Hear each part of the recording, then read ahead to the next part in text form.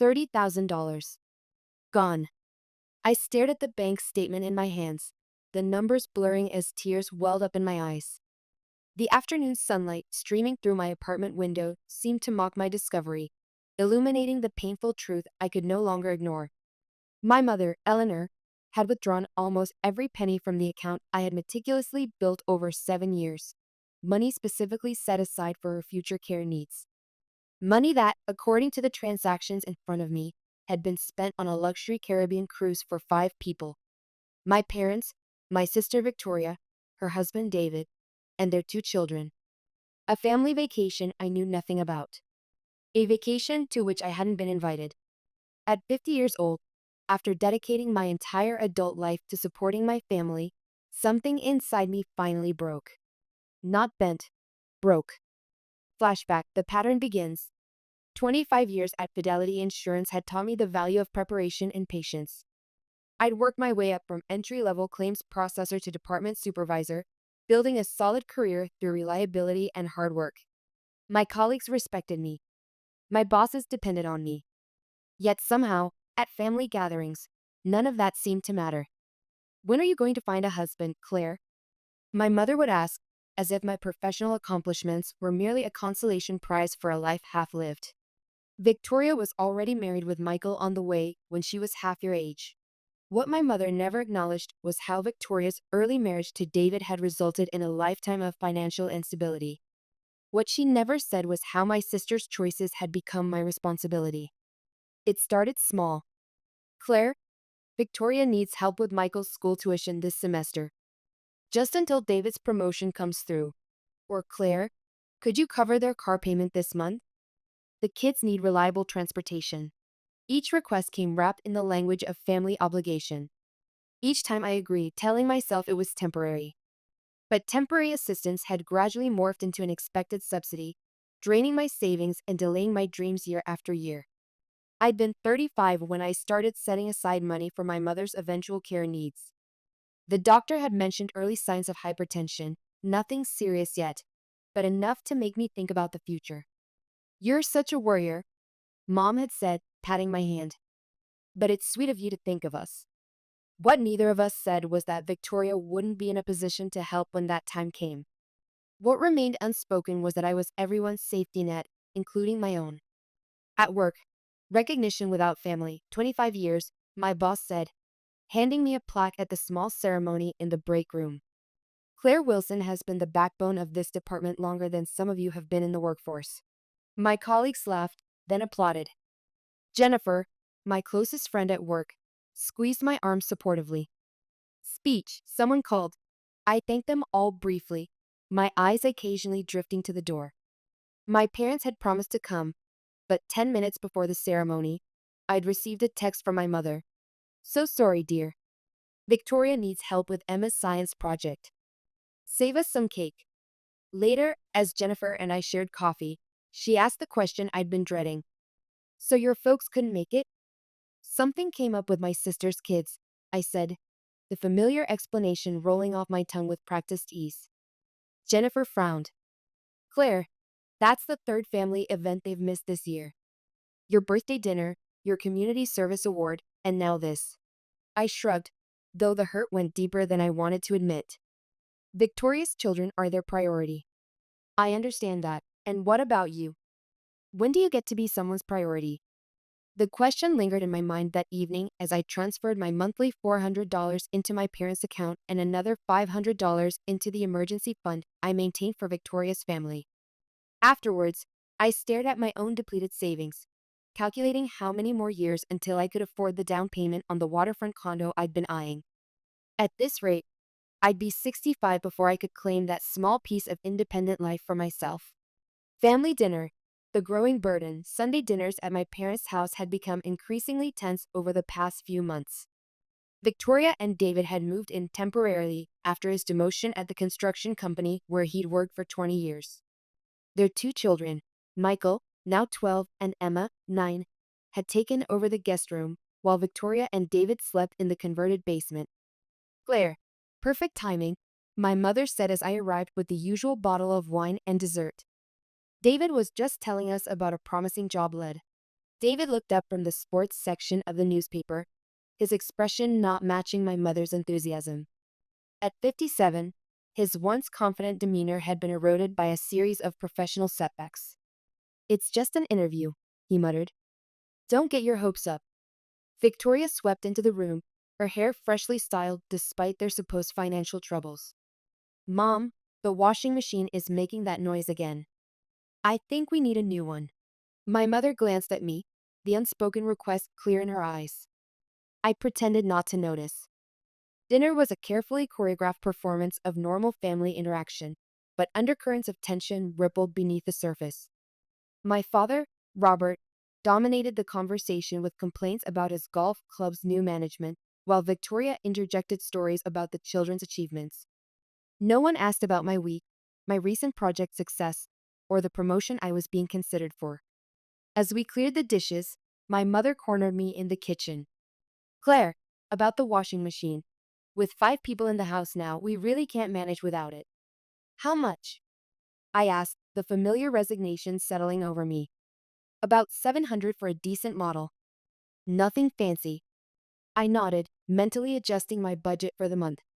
"I'll transfer the money tomorrow." "You're an angel," my mother said, kissing my cheek. "I don't know what this family would do without you." The tipping point: medical concerns. The call came on a Tuesday afternoon. "Claire? It's Dad. Mom's had some kind of episode. The doctor says it might have been a mini stroke." I left work immediately, racing to the hospital with my heart hammering against my ribs. My mother looked small in the hospital bed, her normally perfect hair disheveled, her makeup absent. "Nothing to worry about," she insisted when she saw me. "The doctor is overreacting." But the doctor wasn't overreacting. Tests revealed early warning signs that required medication and lifestyle changes. "She'll need regular checkups and possibly home care in the future," the neurologist explained as we discussed discharge plans. That night, I opened a separate savings account dedicated specifically to my mother's future care needs. I set up an automatic transfer of $350 per month from my paycheck, calculated to build a substantial safety net over time. My mother, touched by the gesture, had patted my hand. "Always my practical girl," she'd said. "But let's hope we never need it." 3 years passed. The account grew steadily, eventually reaching $30,000. I made sure my mother knew the account existed and what it was for. "Just in case," I'd explained. "So we never have to worry about your care." What I never imagined was that she would see it as just another family resource to be tapped for more immediate desires. The discovery: betrayal. The credit card statement had arrived by accident.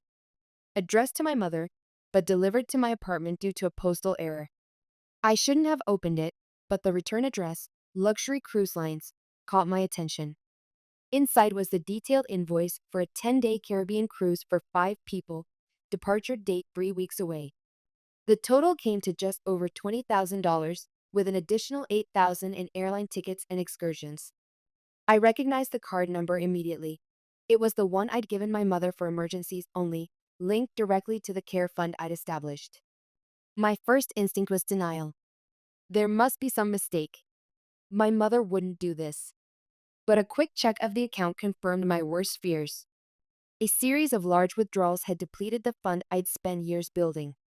And there was more: shopping charges at high-end department stores, dinner at expensive restaurants, even a weekend spa retreat. All while I continued living frugally, delaying my own dreams to ensure my family's security. Confrontation. The family meeting. I requested a family meeting, something we hadn't done since my father's retirement 5 years earlier. Everyone gathered in my parents' living room. The same living room furnished with the sofa and armchairs I'd purchased when the old set wore out. "What's this about, Claire?" my father asked impatiently. "The golf tournament starts in an hour." I placed the credit card statement on the coffee table. "This is about $30,000 that's gone missing from Mom's care fund."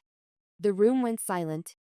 My mother's face paled slightly, but she maintained her composure.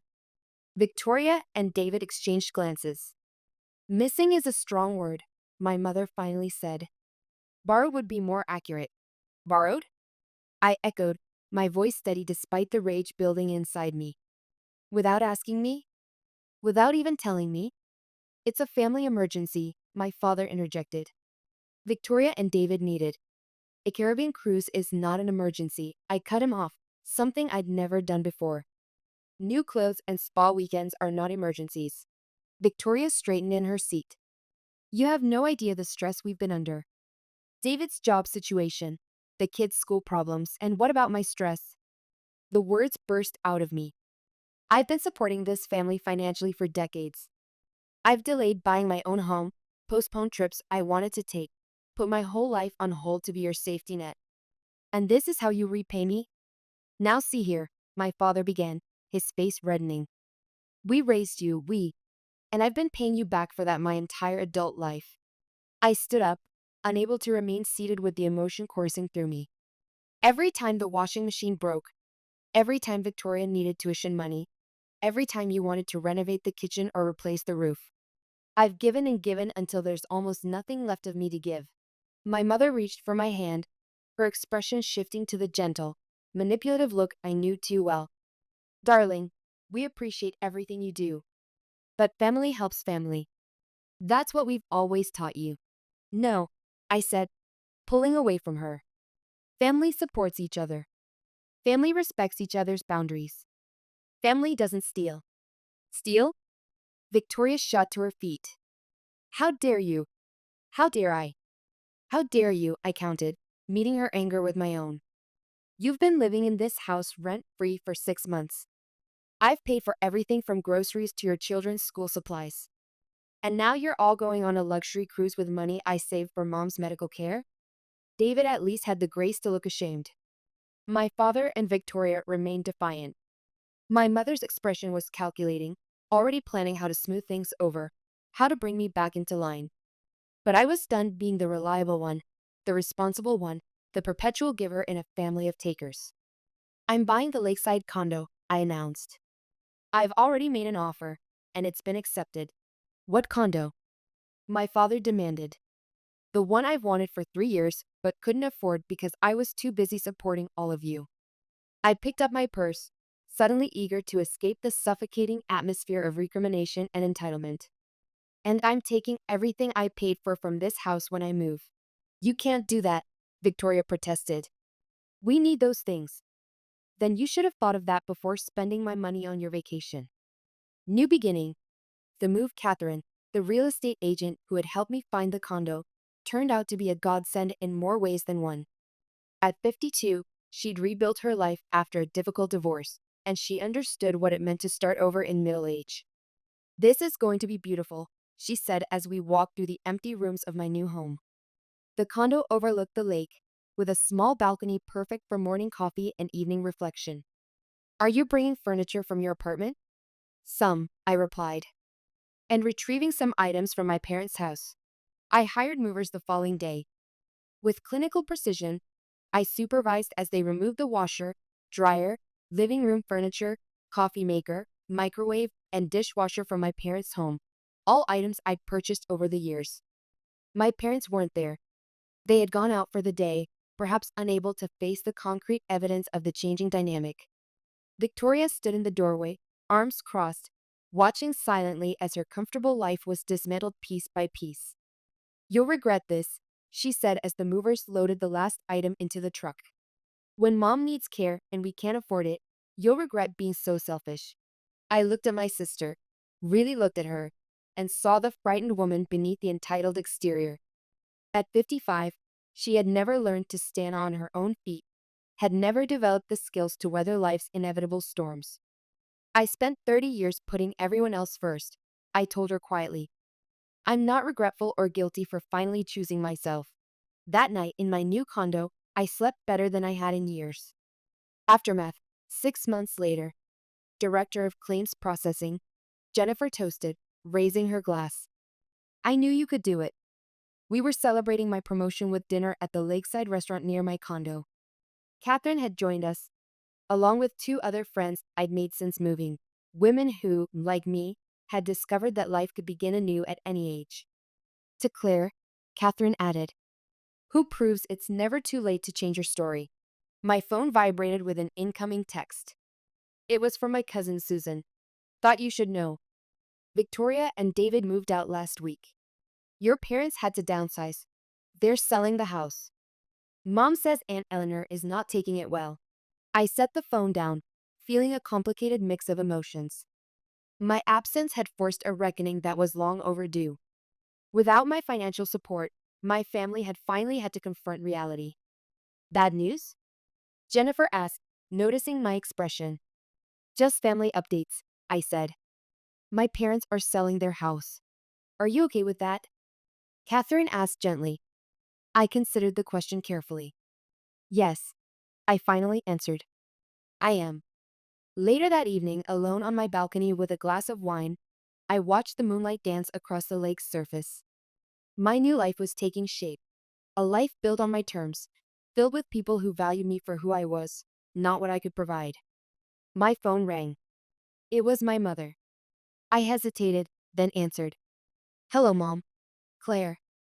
Her voice sounded older, more fragile than I remembered. How are you? I'm good, I said honestly. Really good. A pause stretched between us, heavy with unspoken words. We're selling the house, she finally said. Susan told me. Another pause. We made mistakes, Claire. It wasn't quite an apology, but it was the closest my mother had ever come to acknowledging any wrongdoing. I waited, giving her space to continue. Your father and I. We never meant to take advantage. We just got used to depending on you. I know, I said, because I did understand. Patterns established over decades are hard to break for all involved. Could we maybe have coffee sometime? Her voice held an unfamiliar note of uncertainty. I looked out at the lake, thinking about boundaries and second chances, about forgiveness and self-protection. Coffee, I agreed. Just us, not Victoria. And we meet at a cafe, not at your house or mine. Okay, she agreed quickly. Thank you, Claire. After we hung up, I remained on the balcony, contemplating this unexpected development. I wasn't ready to fully reintegrate my family into my life. Wasn't sure I ever would be. But perhaps, with clear boundaries and new expectations, some form of relationship might be possible. Inside my condo, the furniture I'd reclaimed from my parents' house had been rearranged to suit my tastes. The washing machine hummed quietly in the utility room, cleaning only my clothes. The refrigerator held only food I wanted to eat. On my desk lay brochures for a Mediterranean cruise, a solo adventure I'd booked for my 51st birthday. Beside them sat information about a painting class I joined and a volunteer literacy program where I'd been helping adults learn to read. At 50, I was finally building the life I wanted. It hadn't come easily or without pain, but as I looked around at the physical manifestation of my independence, I knew with absolute certainty that it had been worth it. Some people discover themselves in youth, others in middle age, and some, like me, need half a century to realize that the most important relationship we'll ever have is the one with ourselves. Better late than never.